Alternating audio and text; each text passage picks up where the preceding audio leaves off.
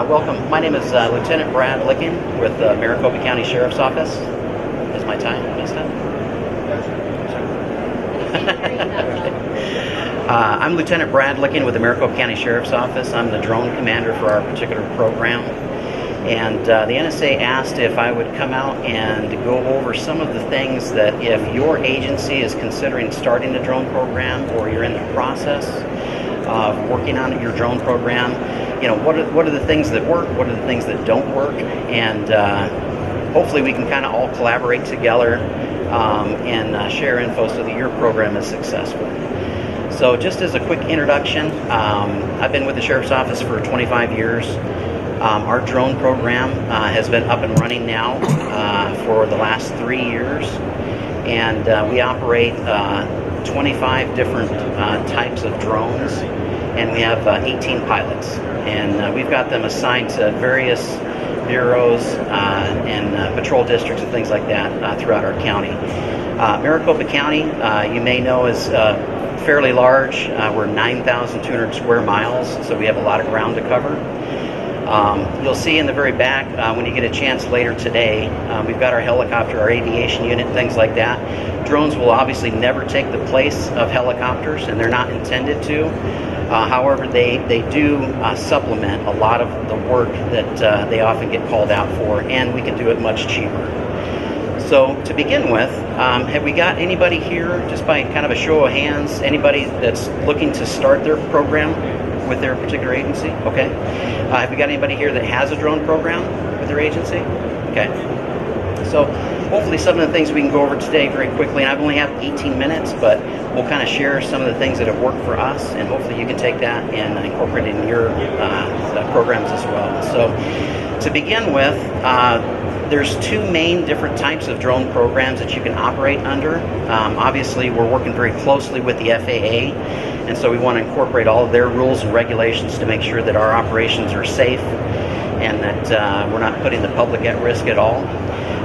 One of the ways that we can operate is under what's called a COA. It's a Certificate of Authorization, and that certificate is issued by the FAA after your agency goes through kind of an enormous background and making sure that you've covered everything in your particular program, everything from all of your pre-flight operations, your takeoff, your communications while you're flying, your landing procedures, all of those types of things. Every single one of those operations have to be segmented out and covered in depth so that the FAA can look at your program and say, yes, we are going to certify you to fly, your program is safe, and we can see that you've taken the time to make sure that the aircraft you're flying are airworthy. So that's one of the ways that we can fly.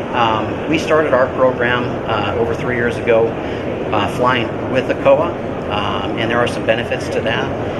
Having worked very closely with the FAA in Washington, D.C., we found out that the FAA is truly getting to the point where they're transitioning really away from the COA, even though it is still out there. And what they really want is each of the agencies to get Part 107 certified. And what that entails is actually taking your remote pilot training for your UAVs and your drones, and actually going down to an FAA examination center, taking your FAA light test so that you can get your FAA certification for remote pilots. So once we found out that the FAA was kind of leaning more toward that, we transitioned, made sure all of our pilots became Part 107 certified, and that over the last several months, anybody that's involved in the drone programs understands that everything has really been evolving a lot, and as it seems like every quarter the FAA comes out with a new and better regulation that actually has made things for law enforcement and first responders much easier to fly under. So the Part 107 program is incredible. There for a time, we actually were flying under both the COA and Part 107. And again, I know our time is limited, so we won't go into details, but please hit me up later if you want to discuss that. We'd be happy to share any info about that. So when looking to start your program, obviously one of the big things you want to do is get with the stakeholders in your county. your board of supervisors, with your county managers. Make sure that you've got their buy-in, and you've explained to them the important benefits of the drone program and then the cost savings for that.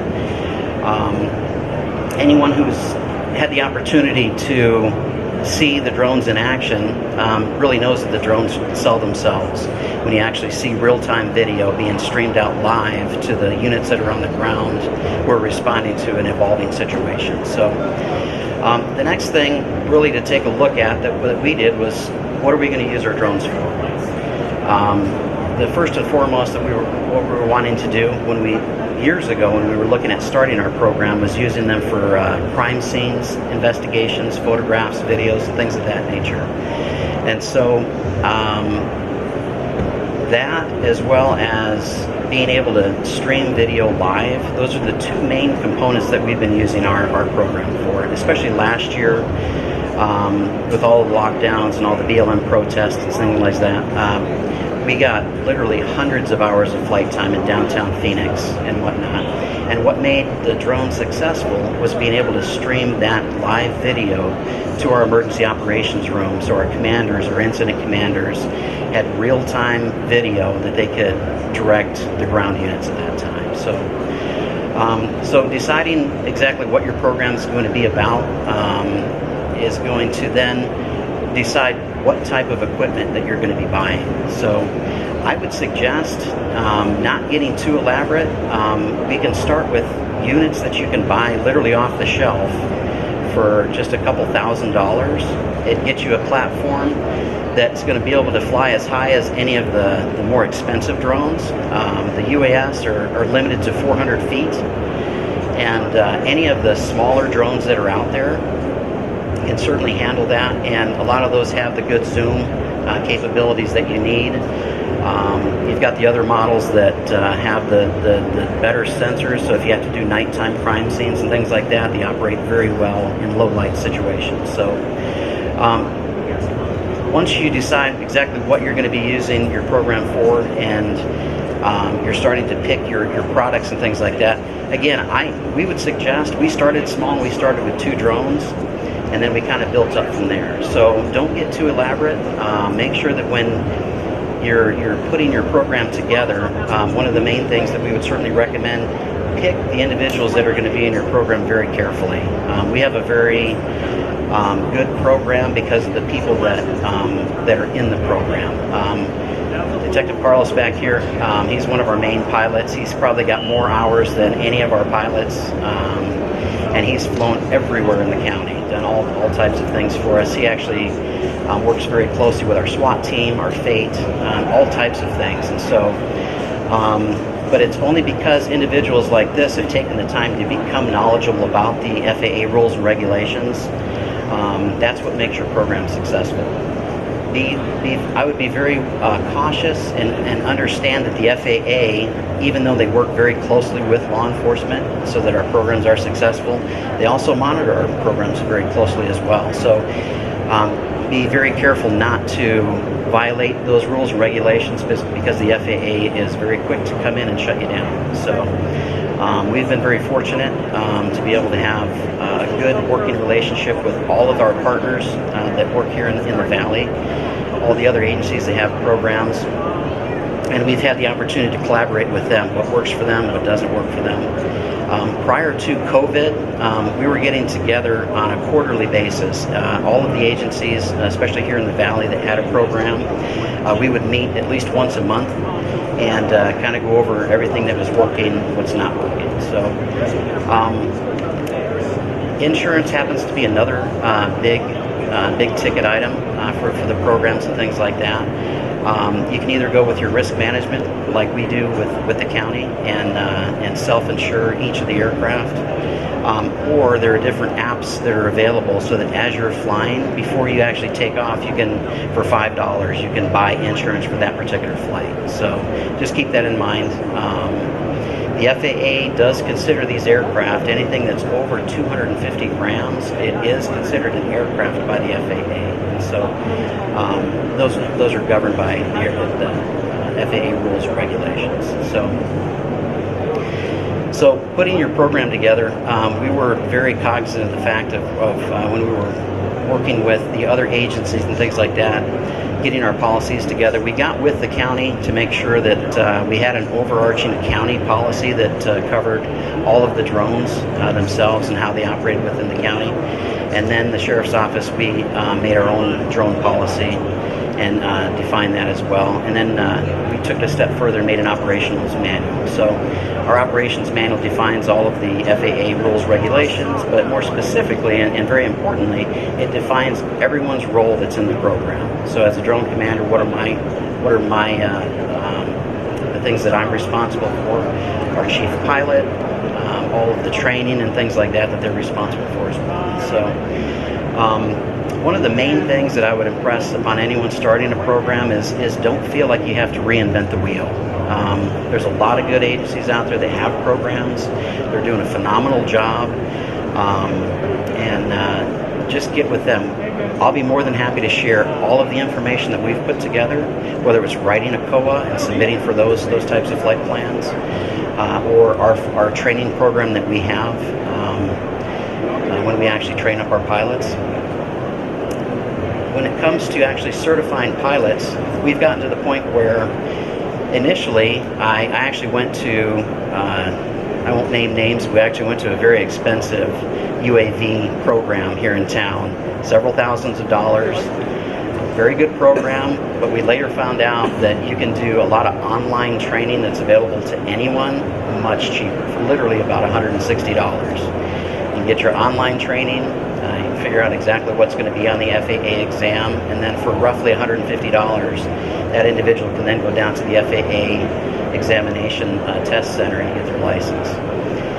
At that point, they'll come and see me, and I actually have an obstacle course that I'll run them through to make sure that hands-on, they're very not just proficient but comfortable. The last thing we want to do is put somebody out there in the field flying anything over a populated area and have them not feel comfortable. So we've actually got an obstacle course that we've got set up in the back. We'd like to, offer to anybody if you want to come and actually get hands-on with one of the smaller products and things like that.